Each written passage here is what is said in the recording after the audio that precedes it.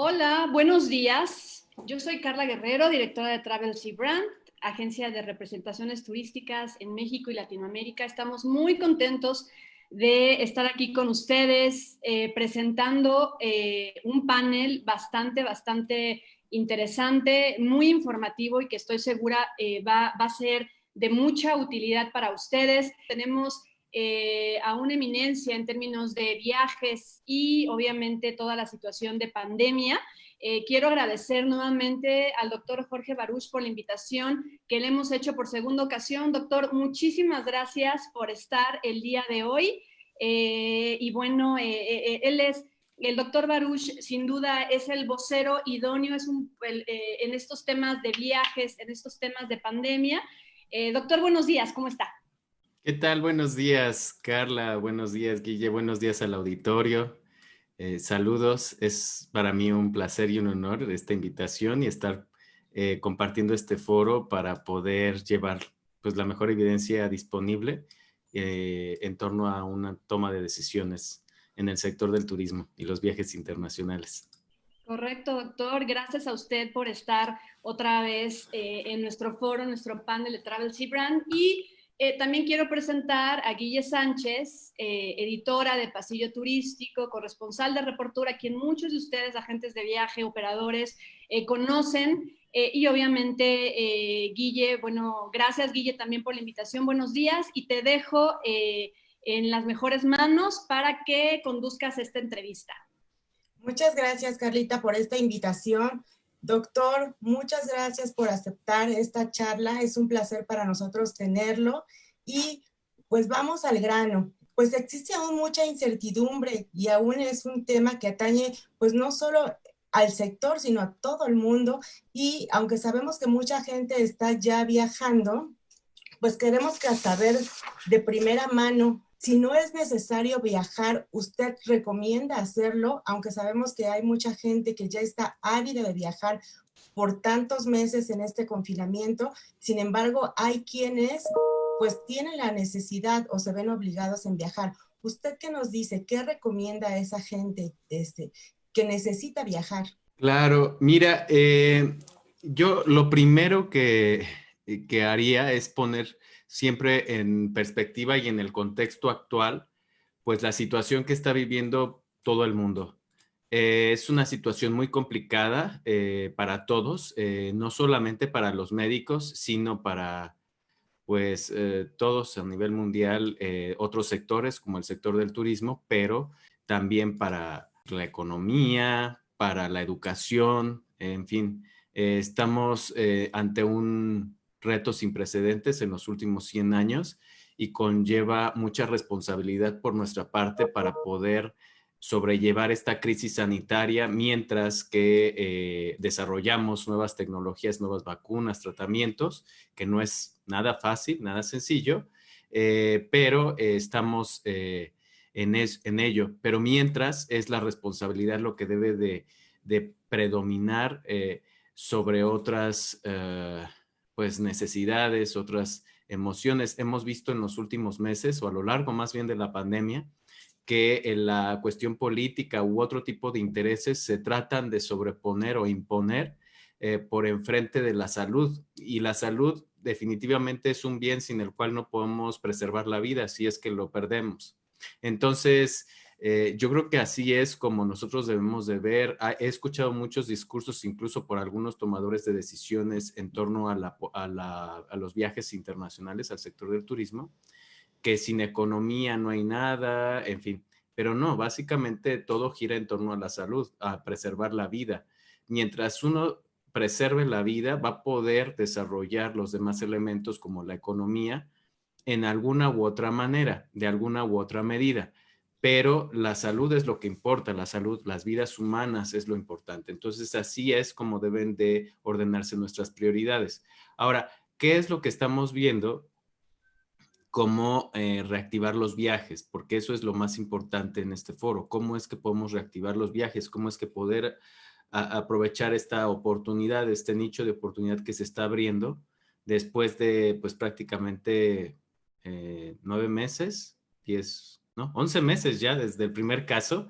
Pues primero tenemos que ver las tendencias, ¿no? Si estamos hablando pues de viajes internacionales, tenemos que ver las tendencias. Entonces yo siempre empiezo o procuro comenzar una plática de turismo poniéndolos en contexto, y para eso me gustaría compartir esta pantalla. Y vean nada más, esta pantalla aparte me gusta porque, porque todo es acceso para todo el público en todo momento y en tiempo real.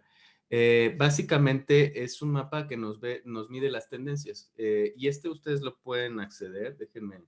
Our World, teclean Our World in Data, aparece en COVID, Pandemic COVID, es avalado por la Universidad de Oxford, entonces es una institución seria y renombrada. La primera gráfica que nos despliega es esta, nosotros nada más le tenemos que dar clic en mapa y después tenemos que seleccionar casos confirmados, la métrica, y el intervalo le seleccionamos Biweekly Change. Ahí aparece nuestro mapa de tendencias con respecto a cada 15 días. ¿Por qué cada 15 días? Pues porque es una enfermedad que se desarrolla dentro de los siguientes 15 días después de haberse contagiado. Eso ya lo sabemos, nada más hay que recordarlo, ¿sí? Entonces, cualquier cambio que nosotros hagamos en la salud pública de cualquier país, cualquier región o cualquier localidad, se va a ver reflejado principalmente en los siguientes 15 días. Entonces, por eso es que es útil evaluar cada 15 días el cambio de un país, porque pues depende mucho de las políticas que adopte. Entonces, si se fijan, esto nos da una tendencia de lo que va a pasar en el siguiente mes y medio o a veces hasta 2 meses. De tal manera que es un mapa que nos indica un semáforo. Y es importante el semáforo porque es a lo que estamos nosotros habituados en México. Normalmente en México nosotros llevamos un semáforo de 4 colores. Rojo y significa la mayor intensidad, naranja intensidad máxima, amarillo menor intensidad y verde muy baja intensidad. De tal manera que aquí nosotros podemos ver cómo transita un semáforo de mayor intensidad, que es rojo intenso, a 0 intensidad o una tendencia plana en meseta, ni crece ni decrece, que son colores muy claros, y un azul intenso que es decreciente por completo. Y así es como nosotros podemos ir imaginándonos o viendo, observando cómo va a marcarse la tendencia en los siguientes 2 meses, de tal manera que, por ejemplo, ya Europa logró controlar, no Europa, bueno, algunos países de Europa como Francia y España han logrado controlar de alguna manera la escalada exponencial de casos que ha habido en los últimos mes y medio, casi 2 meses. No así Italia ni a Europa Oriental. Por ejemplo, Brasil va a la alza. Entonces, recordemos que hace algunas semanas Brasil anunció que iba a abrirse al público, a los viajes internacionales, pero vean, Brasil está en una intensidad muy alta. Entonces, no es conveniente viajar aunque abra sus fronteras. Hay que ser objetivos. Si viajamos a un país de menor intensidad, uno de mayor intensidad, nos ponemos en riesgo y ponemos en riesgo a los demás y a nuestra comunidad de origen cuando regresemos.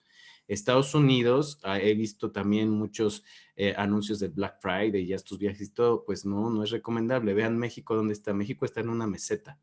México ni está creciendo ni está decreciendo, está en una meseta en estos momentos comparado con los últimos 15 días. Entonces tenemos que buscar países que estén en la misma posición que nosotros o en una menor posición, en azules, pero no en rojos. Ajá. Entonces no nos debemos de equivocar, estas son herramientas que nos van a ayudar a orientarnos cómo llevar a cabo nuestras estrategias y cómo asesorar a nuestros clientes de manera oportuna.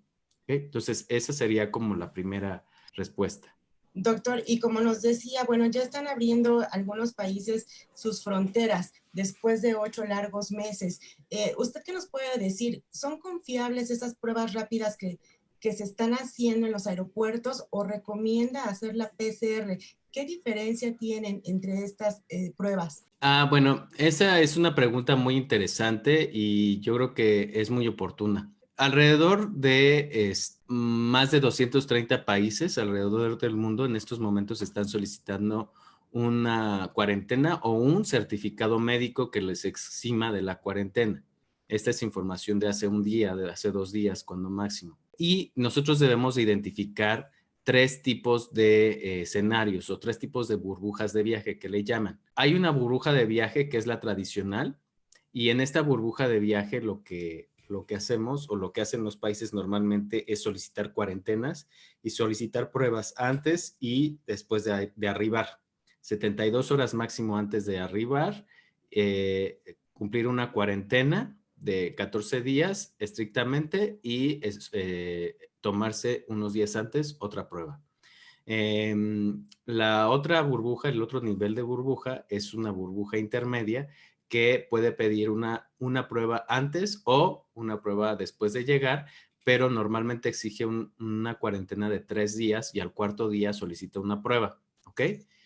Y los países sin restricción, pero que abren sus fronteras entre países con el mismo nivel de riesgo, como lo veíamos en el mapa, entre el mismo color o un color menor de intensidad azul, tendiendo al azul intenso. Entonces, es así como debemos identificar y clasificar a los países y es así como se van a estar modulando las restricciones de viaje. Ahora, en cuanto a qué pruebas van a solicitar, ya vimos como qué tipo o cuándo las van a solicitar. En estos momentos, la única prueba que está avalada por la Organización Mundial de la Salud y que precisamente está nos ayuda a nosotros como personal sanitario para poder limitar los brotes, es la prueba de PCR, RT-PCR. Esta prueba es la que se hace a través del hisopado y que tarda alrededor de 24 horas mínimo en procesarse y en salir. A veces se pueden procesar dentro de las siguientes 6 horas, pero sí toma su tiempo, ¿ok? Entonces, esta prueba no ha podido ser sustituida por ninguna otra y es el gold standard o el estándar de referencia, que así nosotros lo llamamos en medicina, y es un término con el cual se deben de habituar. ¿Por qué? Porque tiene una alta especificidad y una alta sensibilidad. ¿Y a qué nos referimos con esto? Que detecta todos los casos realmente positivos, o sea, verdaderos positivos, pero también descarta prácticamente más del 98% de los casos negativos realmente negativos. O sea, nos da muy poco margen de error, de equivocarnos a la hora de interpretarnos. Ahora, ¿cuáles otros tipos de prueba hay? Hay otros dos tipos. La que estuvo muy en boga en los últimos meses, que son las pruebas rápidas, que nosotros las conocemos así, en el público en general, pruebas rápidas que son a través de anticuerpos. La detección de anticuerpos, como su nombre dice, pues detecta ya un proceso que el cuerpo, una reacción que el cuerpo montó por la presencia del virus y que gracias a esa reacción tuvo la oportunidad de eliminar el virus. Y por eso es que podemos aplicar este tipo de pruebas de detección de anticuerpos. Y como ustedes lo escucharon en mi explicación, esto es después de que pasó la infección. Entonces, este tipo de pruebas no nos ayudan a nosotros como médicos, como profesionales sanitarios, ni a las poblaciones para modular la intensidad de una epidemia ni para cortar la cadena de transmisión. ¿Por qué? Porque precisamente detectamos los anticuerpos en concentraciones suficientes para ser detectados después de que pasó el periodo de infección y de contagio. Entonces, por eso no nos ayudan, no nos sirven y por eso es que no se reconocen a nivel internacional y por eso es que pueden llegar a dar una falsa verdad, una falsa realidad de lo que nos está sucediendo en tiempo real, porque no es tiempo real, el resultado ya tiene días, si es positivo, de que sucedió. Entonces ya, esas quedan descartadas por completo, no nos sirven para nada, ni para las aerolíneas. Lo único que sí han demostrado ser útiles es para aumentar la confianza del consumidor. Y aquí hay que tener cuidado porque es una confianza desleal. Y estamos jugando con la salud de las personas, entonces tengamos cuidado. No es lo mismo a promover un viaje porque está al 50% de descuento que promover un viaje con una prueba que no nos va a servir de nada y que puede llegar a aumentar la confianza del consumidor porque estamos jugando con la salud de las personas y con la vida de las personas en la comunidad de destino y de origen. Entonces, no es ético implementar este tipo de estrategias que no dan una falsa perspectiva de la situación actual de salud de las personas. Ahora, ¿qué pasa con las pruebas de detección de antígeno que en la Ciudad de México estamos aplicando de manera masiva y que son rápidas también, pero que detectan los antígenos? ¿Qué me refiero con antígeno o qué nos referimos? Los antígenos son estructuras, es cualquier elemento externo y extraño a nuestro cuerpo. O sea, que nuestro cuerpo reconoce como extraño. Ese es un antígeno. Entonces, en el caso de este virus, pues es cualquier tipo de estructura o componente del nuevo coronavirus que nuestro cuerpo puede detectar como extraño y que por eso le ayuda a detectar la presencia del virus cuando está activo y está replicándose. Entonces, estas pruebas, como en nuestro cuerpo, también detectan la presencia de cualquier estructura del virus. Entonces, estas pruebas nos ayudan precisamente a detectar la presencia del virus cuando está a muchos niveles de concentración o de carga viral, cuando está altamente concentrado en nuestra garganta, en nuestra nariz. Entonces, por eso son importantes y pueden llegar a ser un alivio para el sistema de salud.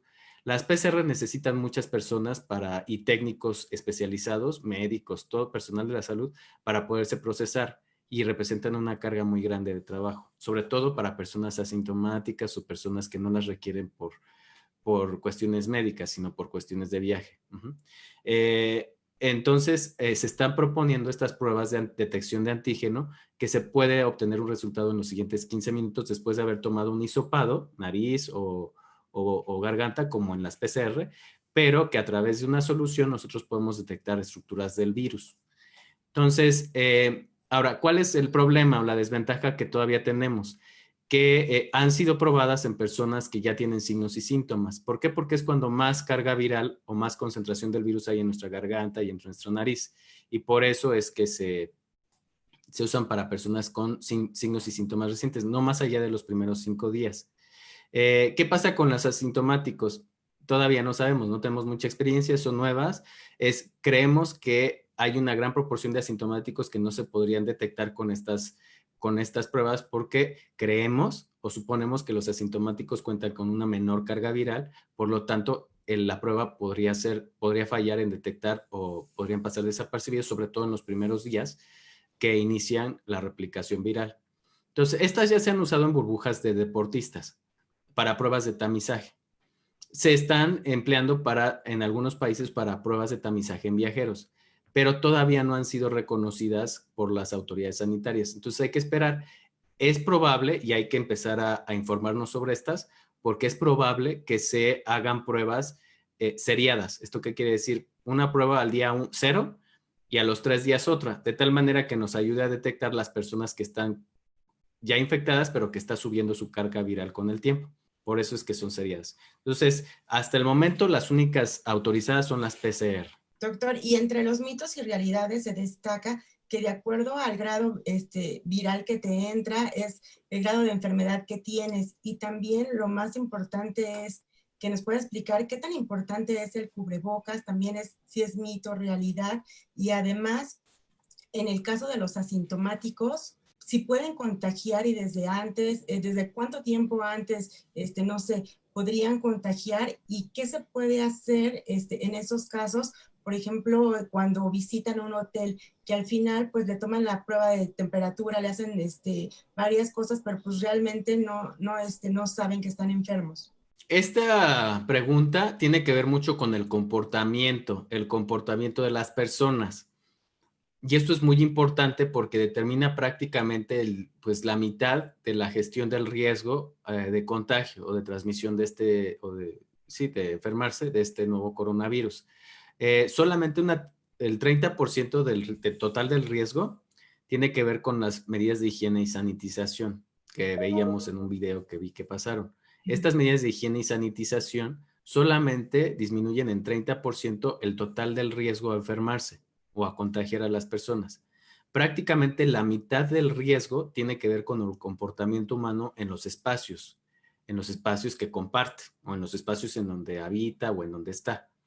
Entonces, una medida de incidir en el comportamiento es precisamente utilizando un cubrebocas. ¿Por qué? Porque cuando nosotros hablamos, tosemos, estornudamos, o incluso, pues si lo hacemos con un cubreboca, va a funcionar como barrera, ¿no? Como barrera para poder excretar o expulsar ciertas gotas de saliva que pueden llegar a estar impactadas en el cubreboca y que no van a llegar y contaminar el resto del espacio público.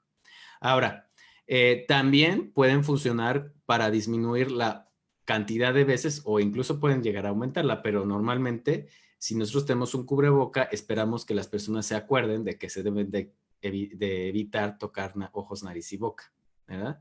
Entonces, eso también puede funcionar para disminuir este comportamiento de estarnos tocando a cada rato la boca, la cara, perdón, y entonces, por ende, puede llegar a disminuir la probabilidad de contagiarnos después de haber tocado alguna superficie altamente contaminada. Entonces, es un círculo vicioso, si se fijan. Si nosotros usamos cubreboca, es poco probable que contaminemos las superficies.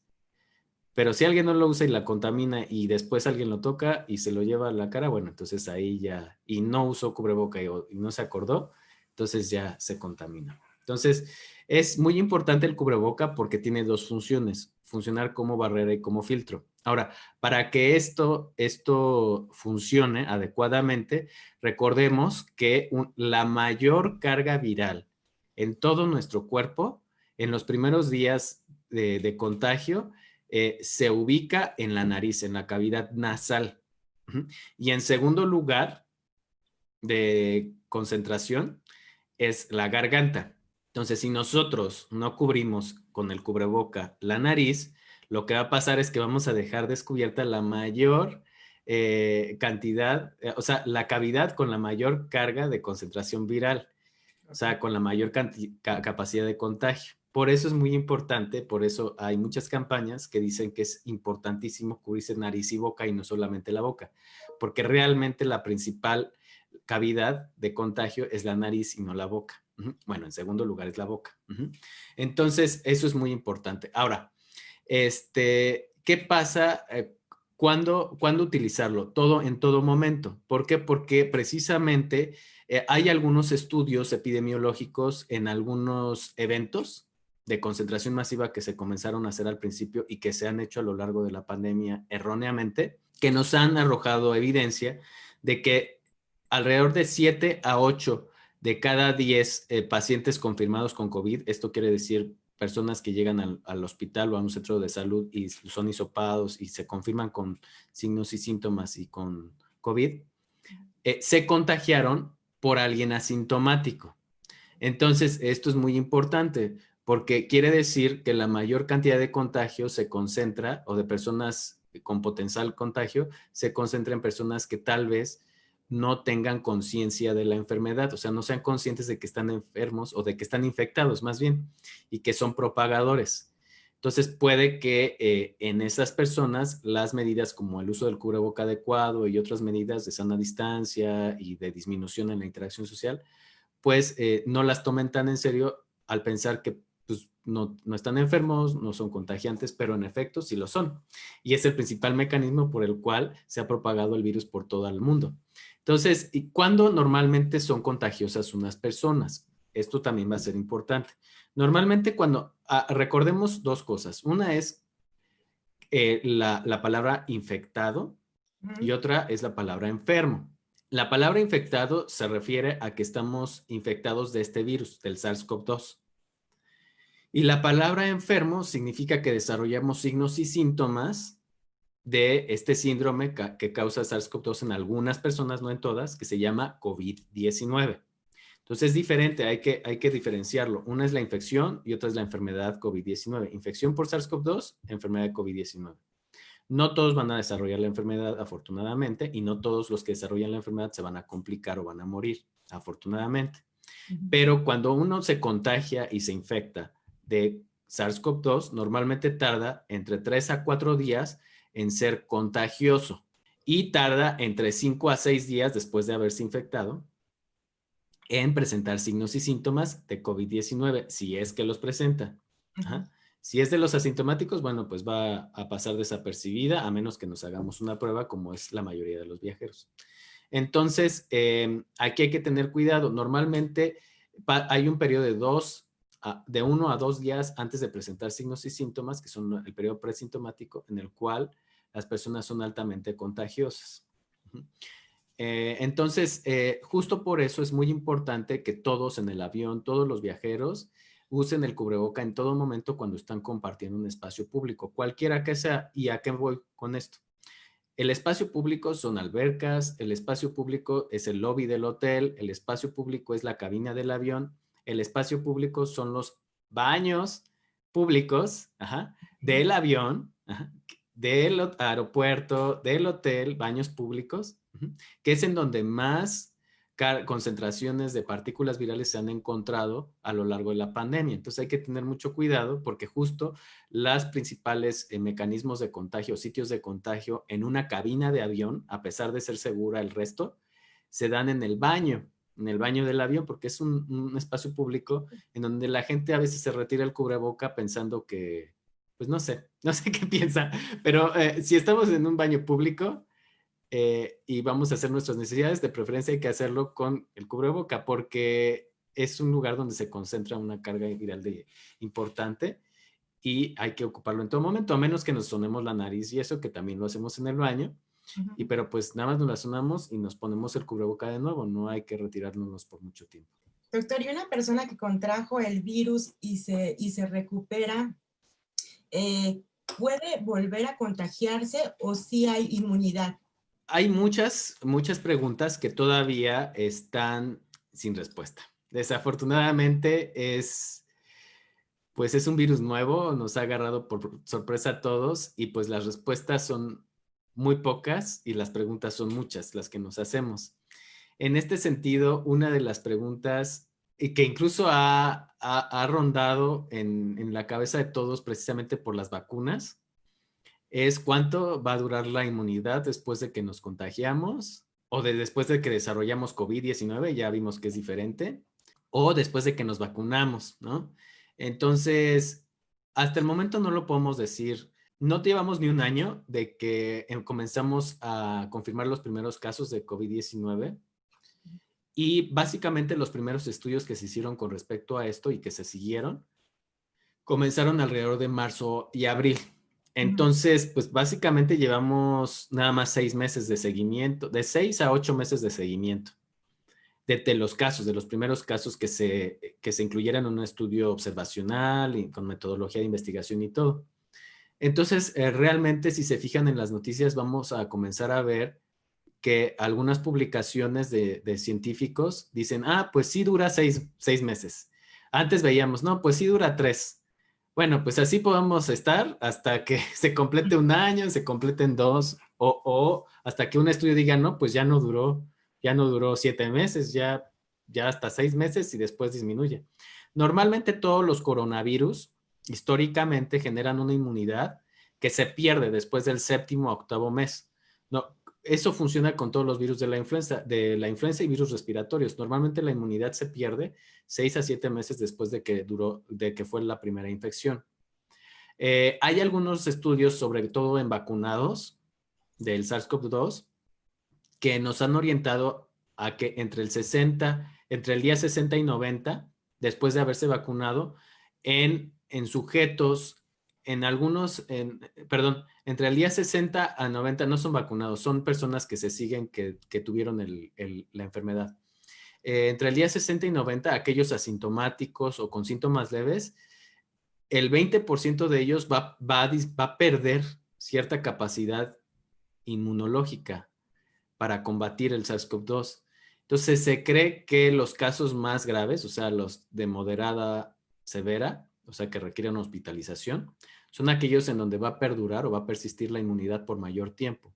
Okay. Y puede que aquellos que cursaron asintomáticos o con síntomas leves pierdan esta capacidad de combatir el SARS-CoV-2 o la memoria inmunológica a partir del tercer mes. Hasta el momento esa es lo que podemos decirles, lo que podemos recomendarles. Entonces, una persona que ya se contagió, sobre todo si fue asintomática o leve, va a tener un periodo de gracia, definitivamente, pero no se puede descuidar porque puede funcionar como keto literalmente como keto para transmitir la enfermedad de un lugar a otro a sus familiares o a las personas. Entonces debe de seguir todas las medidas.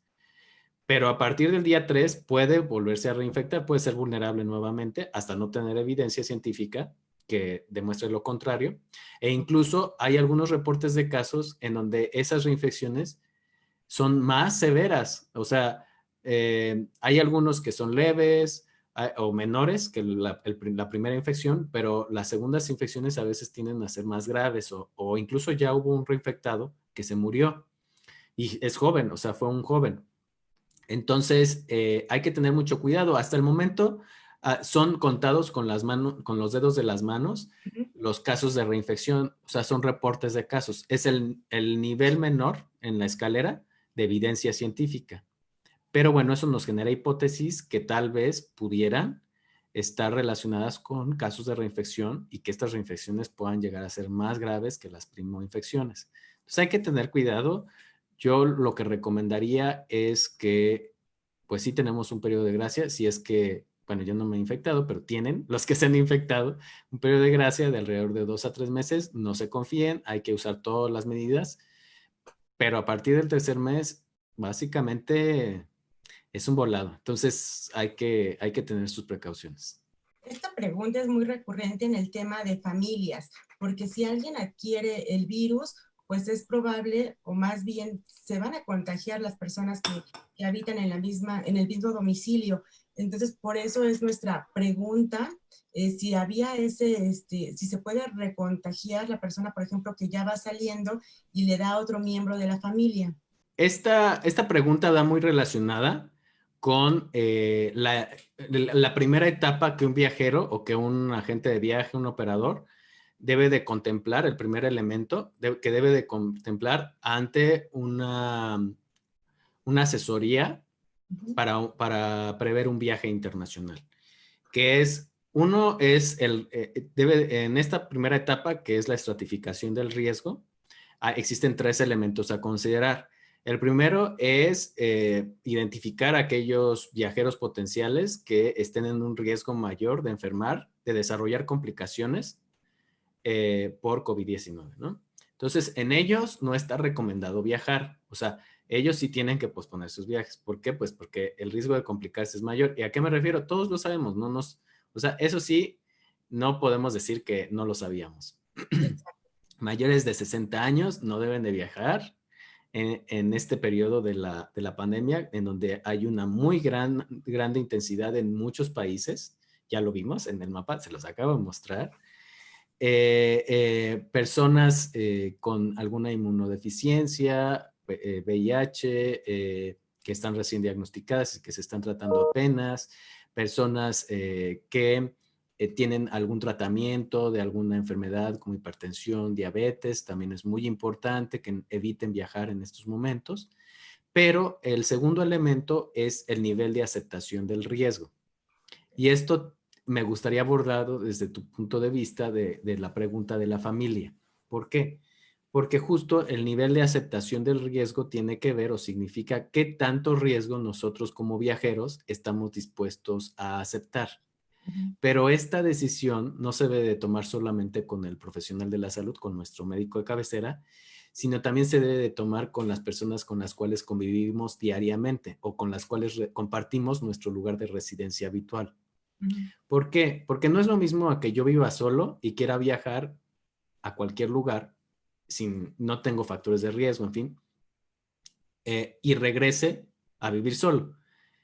El nivel de aceptación del riesgo va a depender nada más de mí, ¿no? De mi decisión, de mi responsabilidad. Si yo me enfermo, pues ya mis gastos, mi responsabilidad y pues ya me atengo a las consecuencias. Soy un adulto, al final todos somos adultos. Pero el nivel de aceptación del riesgo se complica o se vuelve más complejo cuando yo vivo con mis padres, por ejemplo, mayores de 60 años, o mi esposa que está embarazada, o mi hermana que tiene lupus y se está tratando, ¿no? O mi tío que tiene cáncer, ¿no? Entonces ahí ya se vuelve más complicado, porque el nivel de aceptación del riesgo no pasa nada más o no depende nada más de mí, sino es un riesgo compartido con las personas con las cuales comparto el lugar de residencia habitual, o incluso si soy un viajero en negocios, tengo que contemplar que a mi regreso a lo mejor puedo llegar a ver a colegas, a compañeros de trabajo que pueden llegar a estar expuestos por tener estos factores de riesgo. Obesidad, por ejemplo. Compañero que es obeso, entonces hay que tomarlo en cuenta en la aceptación del riesgo y en el proceso de decisión, si voy a viajar, a dónde voy a viajar y qué voy a hacer a mi regreso. Porque a lo mejor digo, bueno, sí viajo, pero a mi regreso, pues me tengo que poner en cuarentena. y no en el mismo lugar que comparto con esta persona con riesgo. ¿Por qué? Pues porque hay un riesgo latente de que haya traído el virus, porque recordemos que este virus viaja con las personas y así se dispersó por todo el mundo. Entonces, no es tenerle miedo al virus ni a los viajes, simplemente es gestionar el riesgo y aceptar que existe un riesgo. Y en cuanto lo aceptemos, pues vamos a tomar las medidas responsablemente para este nivel de riesgo. Entonces, yo ahí te diría que sí es importante tomar en cuenta la familia, la familia o las personas con las que compartimos el trabajo, la oficina, o que pues también son parte de nuestra familia cotidiana. Ya nos dimos cuenta de que ya extrañamos la oficina y o el lugar de residencia habitual. Entonces, esta familia extendida, la familia nuclear, tiene mucho que ver con este riesgo de los viajeros que están dispuestos a aceptar y qué hacer después de viajar o durante el viaje. Tal vez vayamos a cuidar a alguien y pues debemos de también tomar nuestras precauciones. O justo en estos viajes de temporada navideña, de fin de año, hay que ser muy cuidadosos con esto que yo les estoy hablando, de la aceptación del riesgo, porque entonces ya podemos estar hablando de un riesgo real, latente, que puede llegar a afectar a nuestra familia cercana o extendida.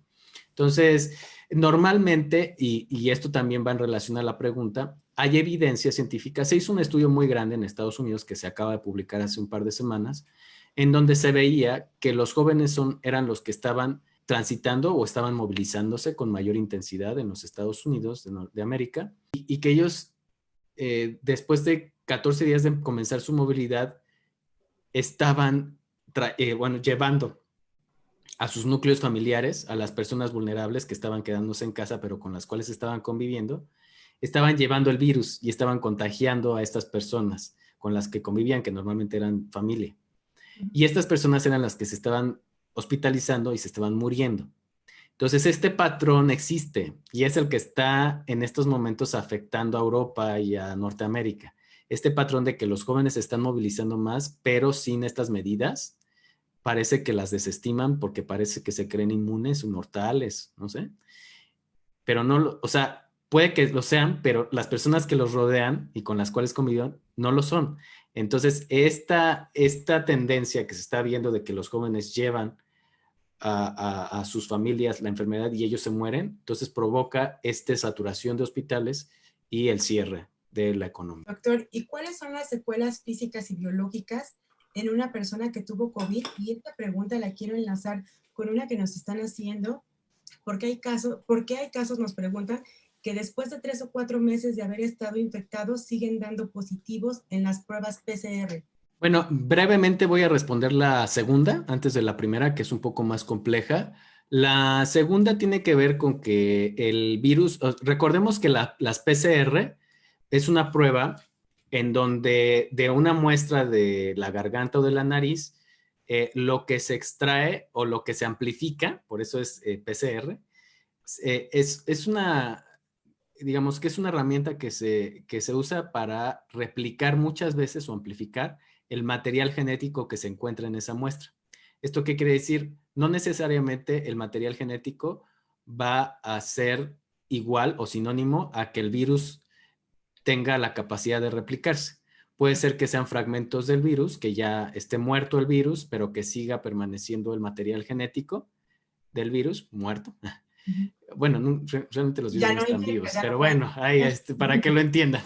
Pero el material genético que estamos detectando y que persiste puede llegar a persistir. ¿Por qué? Porque pues es ahí digamos que los últimos vestigios de que este virus dejó y que están todavía persistiendo en nuestra garganta, en nuestra nariz. Y por eso es que las PCR no se recomiendan precisamente para dar seguimiento y decir, no, pues ya no es contagioso después de una PCR negativa. No, realmente ya no eres contagioso después de 7 a 10 días de haber iniciado con signos y síntomas.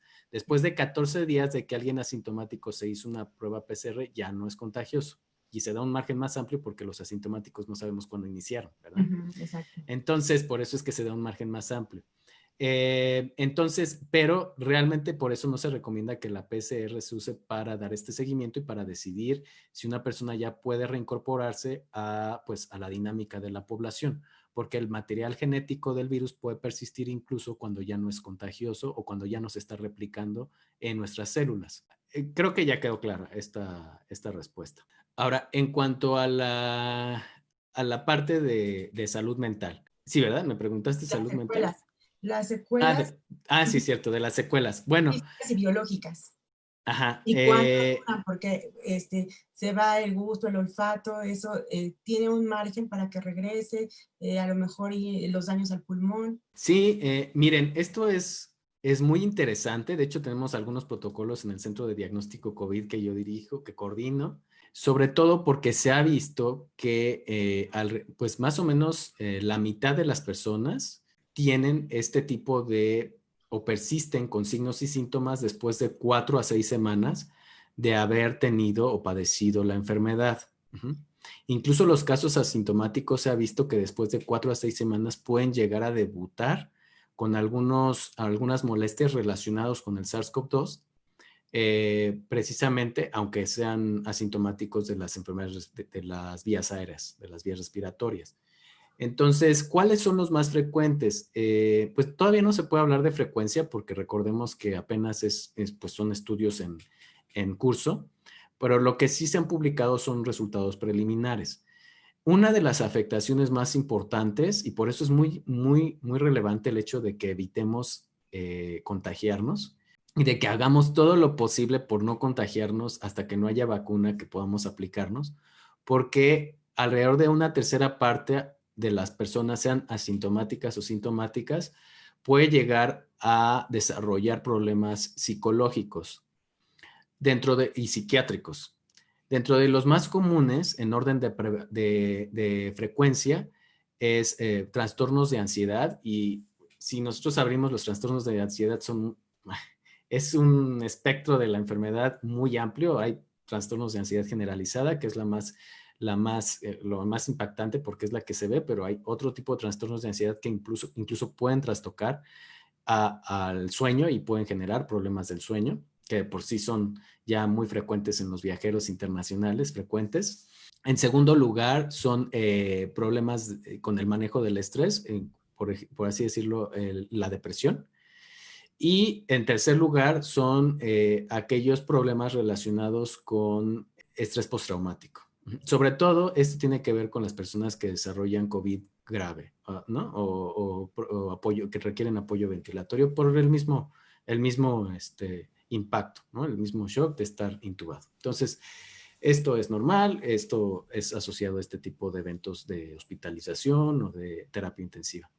Pero lo que no es normal es aquellos asintomáticos que cursan con esto o debutan con estos trastornos de ansiedad que requieren manejo psiquiátrico y psicológico. Ahora, recordemos que este virus se pega a unos receptores ACE2, así se llama el receptor, que no solamente están ubicados en las vías respiratorias. De hecho, la mayor cantidad de receptores en nuestro cuerpo se ubica en el sistema digestivo, en los intestinos. Entonces también dentro de los primeros 6 meses después de haber padecido COVID o ser infectados de SARS-CoV-2, podemos desarrollar trastornos gastrointestinales, sobre todo síndrome de colon irritable o diarreas persistentes, y esto también se está estudiando. Ahora, ¿qué otros signos y síntomas frecuentes? Bueno, en los atletas se vio que de un síntoma residual es la miocarditis. Esto quiere decir la inflamación del corazón. Y esto pone en riesgo a aquellos atletas o a aquellos viajeros que están acostumbrados a viajar para llevar a cabo maratones, por ejemplo, que es algo muy... Ay, se me olvidó el término de viajes, de viajeros por deporte, pero tiene un término en especial, pero bueno, a ver si me acuerdo. Pero aquellos viajeros que viajan por este tipo de maratones o de deporte, hay que tener mucho cuidado porque se ha visto, sobre todo en atletas de alto rendimiento, que esto puede llegar a afectar y los puede poner en riesgo tal de que pues, provocarles algún tipo de microinfarto o ya algún infarto pues, que limite su capacidad o que incluso ponga en peligro su vida. Entonces hay que tener mucho cuidado, sobre todo con el seguimiento de los atletas o de los deportistas amateurs que tuvieron COVID, porque dentro de las siguientes 6 semanas se ha reportado una persistencia de la inflamación del corazón que se llama miocarditis. ¿Y qué otro tipo de signos y síntomas? Bueno, lo más reciente, que todavía no hay mucha evidencia, pero que normalmente estamos esperando a que se publique algún resultado antes de diciembre o en diciembre, es la parte del sistema nervioso, porque ahí también hay muchos receptores AC2. Pero pues hasta el momento todavía estamos en espera. Hay algunos eventos vasculares cerebrales tipo microinfarto que se piensa que están relacionados con precisamente el SARS-CoV-2, porque recordemos que inflama a todas las arterias el SARS-CoV-2 por precisamente tener estos receptores, y que pueden llegar a provocar en el corto plazo confusión de manera inesperada en muchos pacientes, incluso asintomáticos, y esto puede estar relacionado con estos problemas vasculares. Pero en algunos casos también puede exacerbar problemas de demencia en personas ya de 50, 60 años. Entonces hay que tener mucha precaución con esta enfermedad. No es nada más de que les dé, y si les dio asintomático ya.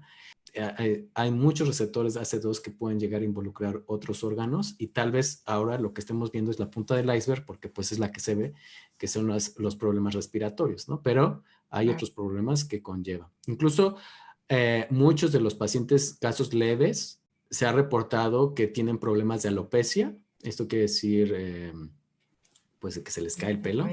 Sí. También ya hay protocolos en estudio, y lo más reciente también están evaluando la disfunción eréctil. Entonces, ¿qué es pasajera? ¿Se cura? Y con respecto a la parte de pérdida del olfato, se recupera, es de los primeros sistemas que se recupera después de haber padecido COVID, y esto está más relacionado o tiene más que ver con la inflamación de la mucosa respiratoria, que normalmente es lo que nos pasa cuando tenemos un resfriado común, ¿no? Se inflama, perdemos el olfato, pero después de un tiempo lo recuperamos. Normalmente después de la tercera semana ya prácticamente se recupera al 100% el sentido del olfato y del gusto. Doctor, y también otra de las secuelas o consecuencias era la inflamación del pulmón o fibrosis. Decían que de inmediato podías generar fibrosis en los pulmones. ¿Eso es real? ¿La neumonía va ligada con el COVID? ¿Tendría que un enfermo grave generar neumonía, tener neumonía? Bueno, y yo creo que esto también tiene mucho que ver con los viajes internacionales, sobre todo los viajeros frecuentes, y porque tenemos que contemplar que a todos los que les dio COVID, ya sea leve, moderado, grave o severo, van a tener una afectación pulmonar, igual, en el mismo término, leve, moderado, severo o grave.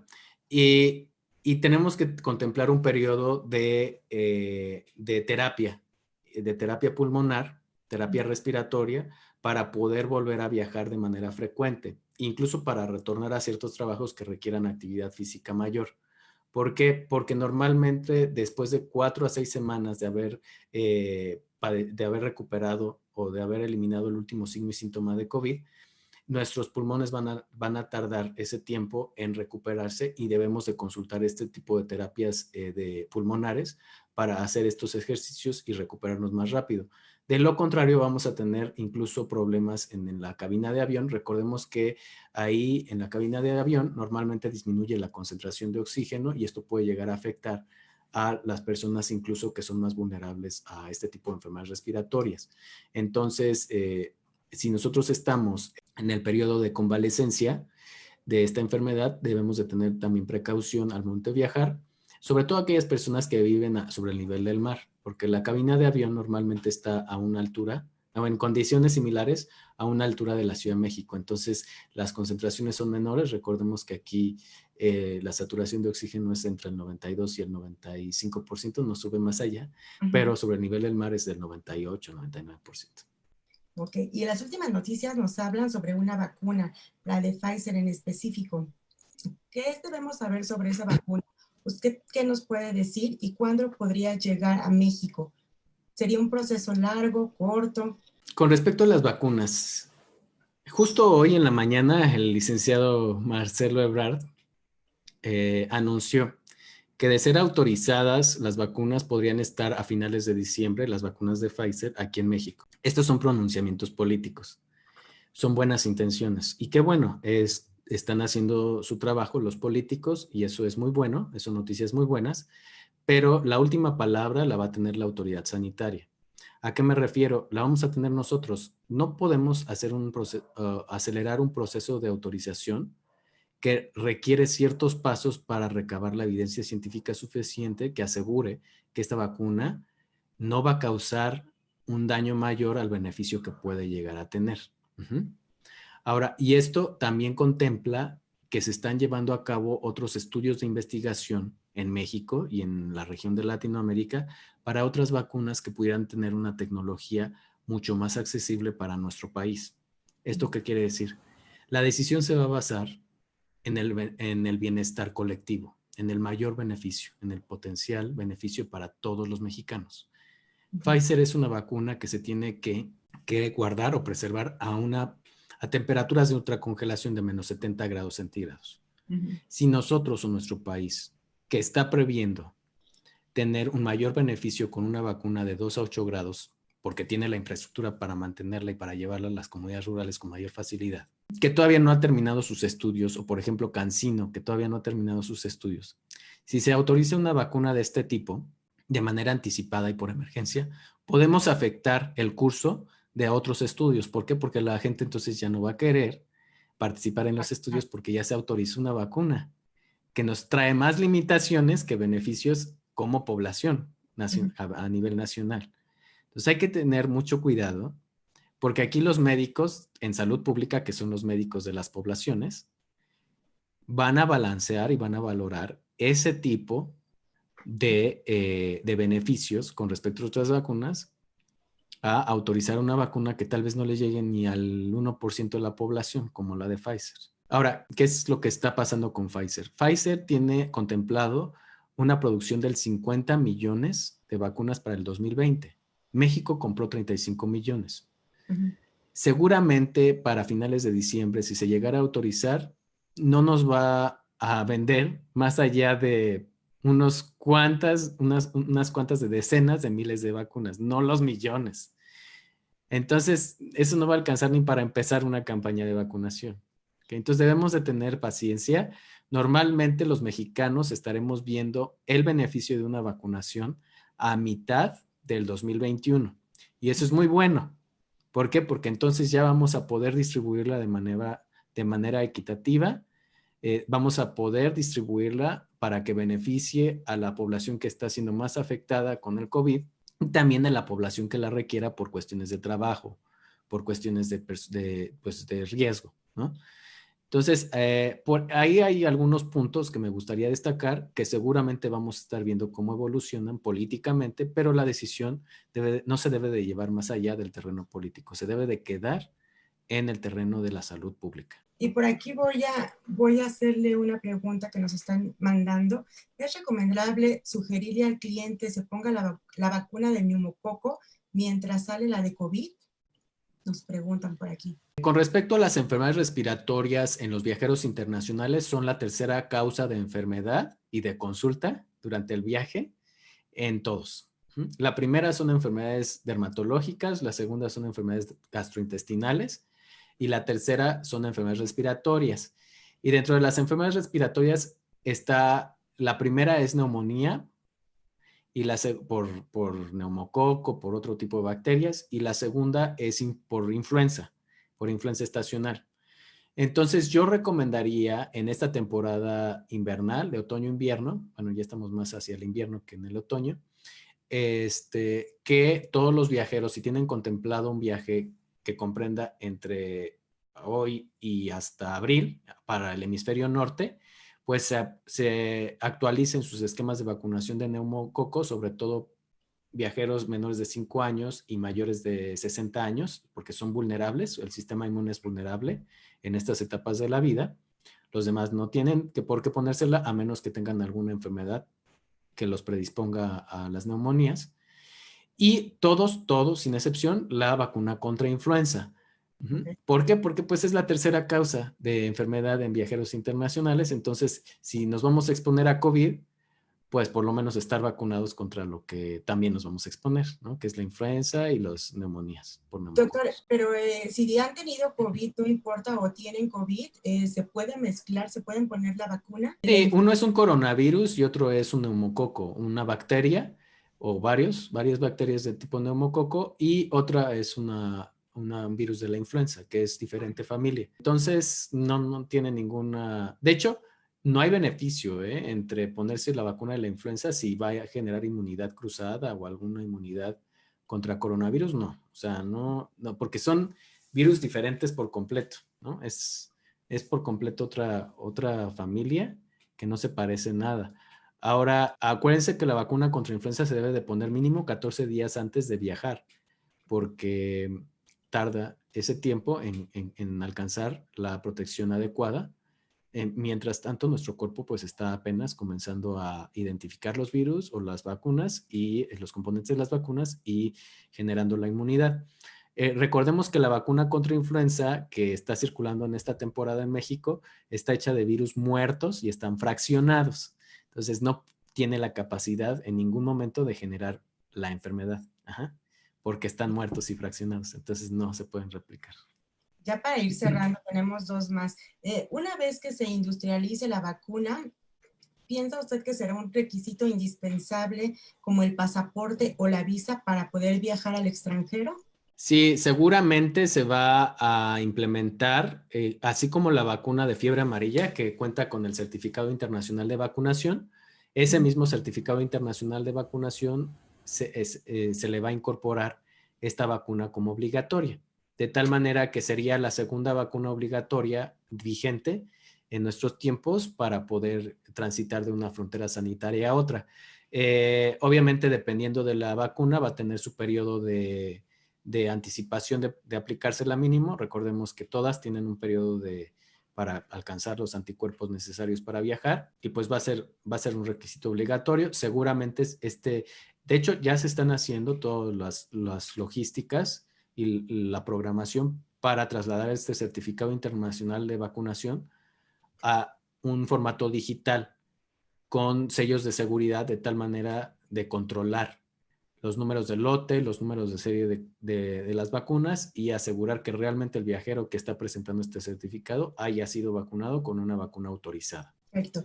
Y bueno, como especialista, ¿considera que México debería de imponer medidas rigurosas para la entrada de turistas? Hay 4 tipos de políticas. Cada país decide si implementarlas o no con respecto a las medidas de restricción de viajes internacionales. La primera es el cierre completo, la segunda es un cierre parcial, la tercera tiene que ver con algunas burbujas de viaje, corredores verdes también, pero esto es para la cuestión de los bienes, y están los países que no imponen ninguna restricción. Solamente el 10% de los países a nivel mundial no impone ninguna restricción. México está dentro de este 10% que no impone ninguna restricción.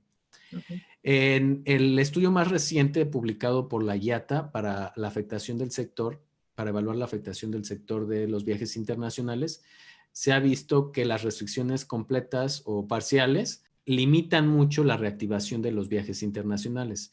Entonces no es bueno. De hecho, es una limitación de entre el 97% y el 81% para el caso de algunos países de Latinoamérica, de afectación, de reducción, de contracción del sector. En contraste, México solamente cuenta con un 57% de reducción de este sector. Entonces, es bueno para la reactivación. No incide básicamente en la limitación de los contagios. Lo vimos en todo el mundo. Realmente, tanto los países que implementaron medidas radicales como los que no implementaron están siendo afectados por igual. Pues vean nada más Europa. Europa lleva cerrada toda la pandemia a pues prácticamente todos los países que no sean de la Unión Europea. Y pues vean, es la misma afectación que, por ejemplo, Estados Unidos, que solamente la cerró parcialmente. Y es lo mismo que le pasó a México, que no implementó medidas, pero que también lleva afectado. Vean, México es el país número 1 o 2 en cuanto a letalidad. No así en mortalidad. En mortalidad estamos muy por debajo de los países más afectados. Pero pero se está viendo afectado por igual. Entonces, las restricciones de viaje básicamente solamente ayudan a liberar la carga del sistema de salud cuando este sistema de salud está sobresaturado por un tiempo corto, o también ayudan a hacer más tiempo o a ganar tiempo de 2 a 3 semanas para que entre la enfermedad, pero no más allá. Entonces, realmente a estas alturas del partido ya no hay ninguna pues, excusa o ningún elemento a tomar para apoyar este tipo de cierres parciales o totales. Sobre todo si vamos a estar pensando en que la industria de la aérea, de la aviación, tiene que transportar las vacunas, ¿no? Exacto. Doctor, y de acuerdo al panorama que se está viendo y a su perspectiva, ¿cuándo podría recuperarse nuestra industria? Bueno, ojalá que llegue esa vacuna ya para el próximo año, pero ¿tienen ustedes un panorama de cuándo podría recuperarse el sector? Básicamente, de aquí a todo el 2021, el sector que se va a recuperar va a ser el de los viajes nacionales, los viajes locales. Entonces, nuestros esfuerzos deben de dirigirse en gran medida al sector del turismo nacional interno para fortalecerlo, en lo que se comienza a retomar el control de los viajes internacionales. ¿Cuándo va a pasar esto? Medidas serias que reactiven los viajes internacionales de manera consistente y gradual se van a comenzar a ver de acuerdo a la Organización Internacional del Turismo y a la IATA a partir del tercer cuatrimestre del próximo año 2021. Ya hay algunos consensos de expertos que mencionan que a partir del segundo cuatrimestre del 2022. Okay. Recuerden que todo también va a depender de un ayudante, un coadyuvante en esta pandemia, que va a ser la vacunación, pero recordemos que las coberturas de vacunación deben de ser por arriba del 70% más o menos para que sean efectivas para reducir la carga de enfermedad y por lo tanto de hospitalizaciones y muertes. Y esto se va a alcanzar hasta finales del 2022. O sea, las campañas de vacunación no son mágicas, ni son de un día para otro. Tardan su tiempo. Ya lo vemos todos los años con influenza, tardan meses para que... En México, antes de la pandemia, solamente se vacunaba el 30% de la población en un periodo de 4 meses, imagínense. Entonces, para una vacuna como la del SARS-CoV-2, por lo menos vamos a tardar 1 año en alcanzar coberturas, primero para las poblaciones prioritarias y después para las poblaciones pues que no son prioritarias. Claro. Doctor, pues vamos a hacer unas cuantas preguntas porque la verdad tenemos muchísimas, pero sabemos que el tiempo para usted vale oro, se nos termina. Pero aquí mi colega Claudia Góngora nos está preguntando ¿cuál es su opinión respecto a las cuarentenas obligatorias para viajeros en ciertos países, ya que el WTTC aboga por la eliminación de las mismas, pero es recomendable a nivel sanitario? A ver, aquí sí me gustaría mencionar algo y espero no herir sentimientos de nadie, pero pues es lo que debemos de hacer objetivamente. El WTTC es un organismo de la iniciativa privada. Tiene sus intereses propios. Nosotros nos debemos de basar en organismos multinacionales sin intereses, sin fines de lucro. Esto es la Organización Mundial de la Salud y la Organización Mundial del Turismo y la OASI. Incluso la IATA también es un organismo con intereses propios. Entonces, hay que hacerle caso a estos organismos. Está muy bien que la iniciativa privada tome cartas en el asunto y proponga este tipo de pues, iniciativas, pero recordemos que objetivamente quienes tienen la última palabra y la mejor evidencia para que sustente estas políticas son pues los organismos multinacionales independientes, como los de la ONU. Para eso fueron creados y para eso son, para generar el liderazgo que se requiere. Obviamente, con alianzas con organizaciones multinacionales de la iniciativa privada y de la sociedad civil organizada. En ese sentido, hasta el momento, pues cada país tiene una decisión soberana y hay que respetarla, porque recordemos que son las medidas que están a su alcance y se toman muchos factores en cuenta para implementar estas medidas.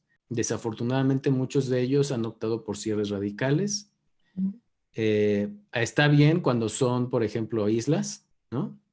¿Por qué? Porque es la mejor manera de contener una epidemia en una isla, con aperturas parciales de forma gradual, como lo está haciendo Nueva Zelanda, a forma de burbujas, o como lo están haciendo otras islas.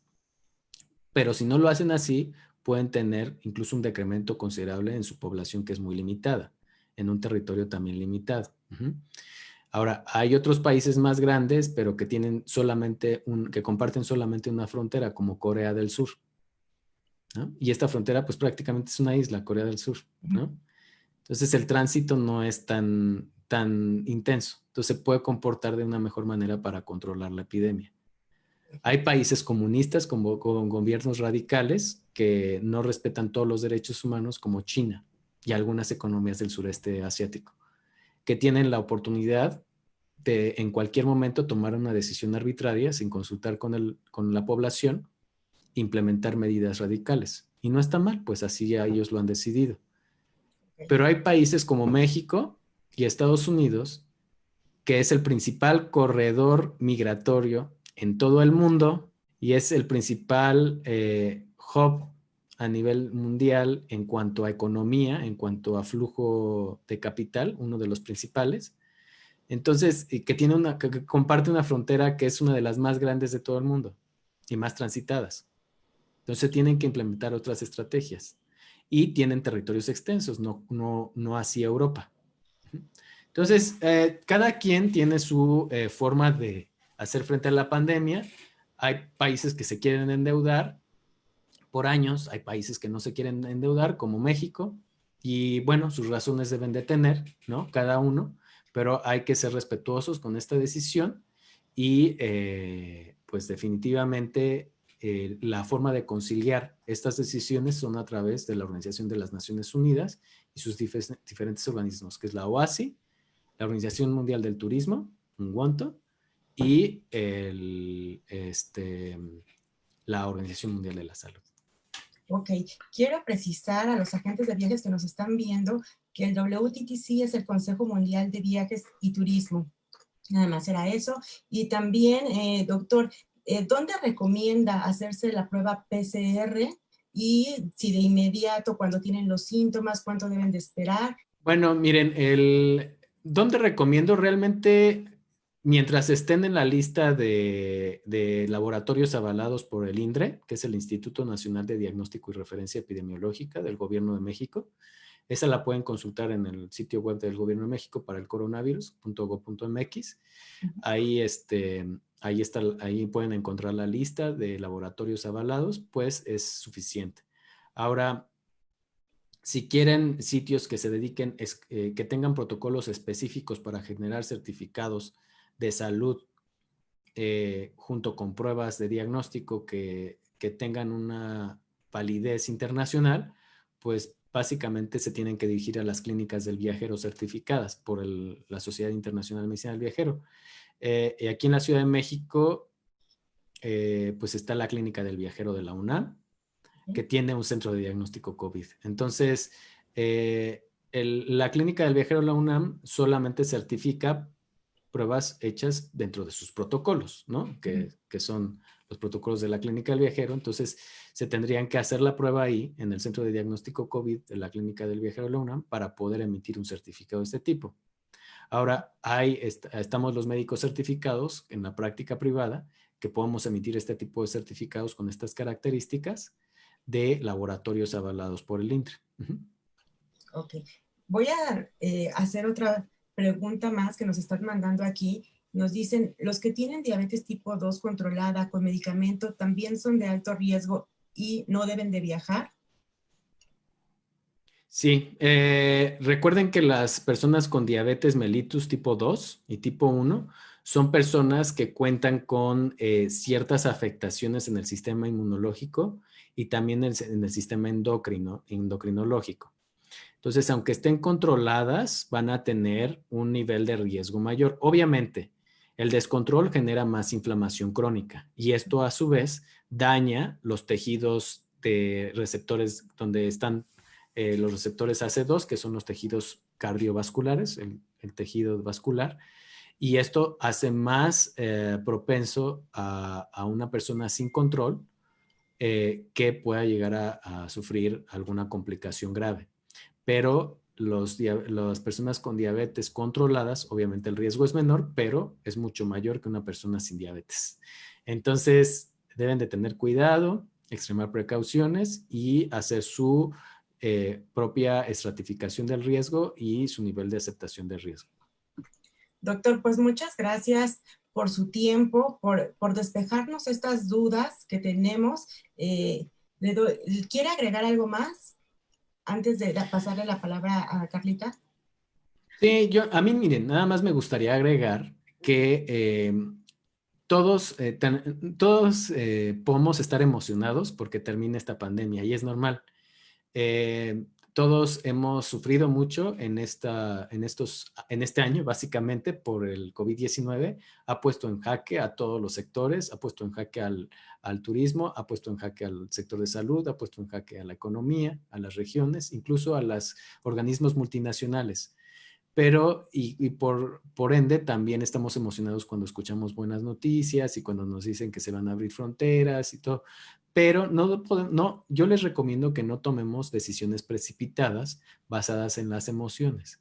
Debemos de buscar tomar decisiones objetivas y prudentes, porque esto puede impactar, como es un problema de salud, puede impactar en la vida de las personas. Y esto es algo muy delicado, a diferencia de otras crisis que hemos superado a lo largo de los años. Esta crisis sanitaria impacta en la calidad de vida de las personas, pero también impacta en la vida misma.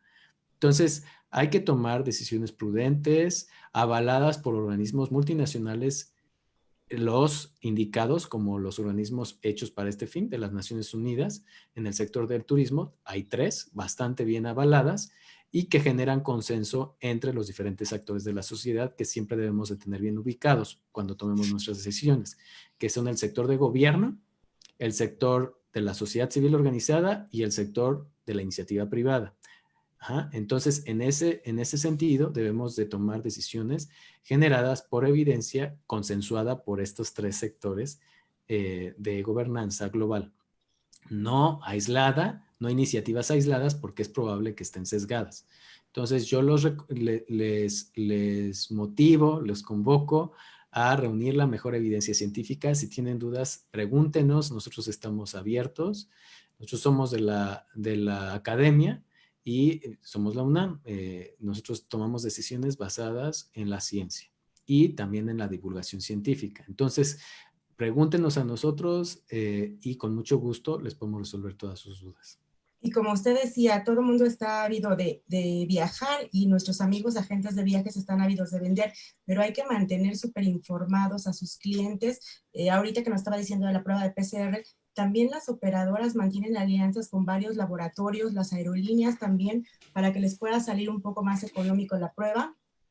Y pues bueno, antes que vender, viajar, pues está la seguridad y la salud de todos sus pasajeros y bueno, pues los exhortamos a que mantengan a todos informados. Pues te cedo la palabra, Carla.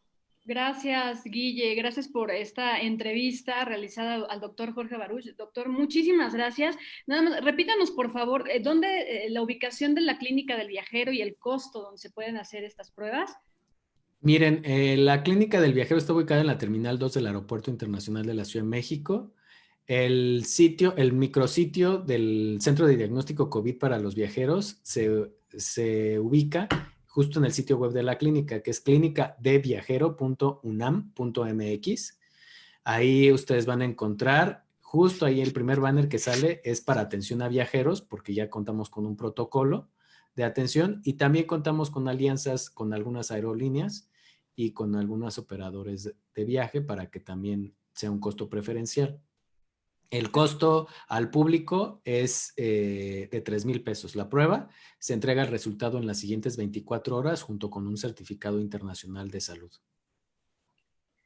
Perfecto, doctor. Y algo que me gustaría ya para cerrar esta plática, lo que menciona, no se trata de viajar con miedo, sino de gestionar el riesgo. Eso creo que me gustaría que todos nuestros los amigos agentes de viaje que se conectaron hoy lo tengan muy en cuenta. Hay que gestionar el riesgo. Y en ese sentido, doctor, ya para terminar y agradecerle su participación, si nos puede dar como 3 o 5 consejos de que lo que los agentes de viaje le tienen que transmitir al viajero que ya está viajando por temas de causa fuerza mayor y los que van a viajar en los siguientes meses, ¿qué consejos les podemos dar a ellos? Bueno, el primer consejo es que siempre tomen una decisión consensuada. No hagan una decisión tomada unilateralmente.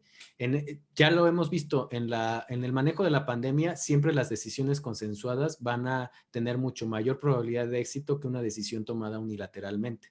De tal manera que esta decisión de viajar, la recomendación número 1 para los viajeros es que la tomen consensuada.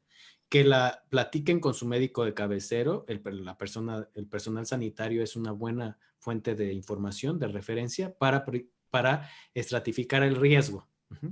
Que los viajeros se informen y estén bien informadas sobre las características del itinerario. Esto va a ser muy importante. Sepan la diferencia y el riesgo que implica hacer un viaje marítimo, uno terrestre, uno aéreo, porque eso lo tienen que informar al viajero, al cliente. Sepan qué protocolos, qué hoteles son los que sí están practicando protocolos y los están verificando, qué aerolíneas son las que tienen mejores protocolos, qué destinos, ya les di una herramienta, qué destinos son los que tienen menor riesgo o una pandemia o una epidemia más estable con respecto a qué riesgos se están explotando en COVID-19 que no son tan confiables de viajar en los siguientes 2 a 3 meses y estén consultando constantemente las políticas y requerimientos sanitarios. Adviértanles a los viajeros que deben de contemplar gastos para una prueba PCR y un seguro de gastos médicos que cubra COVID-19.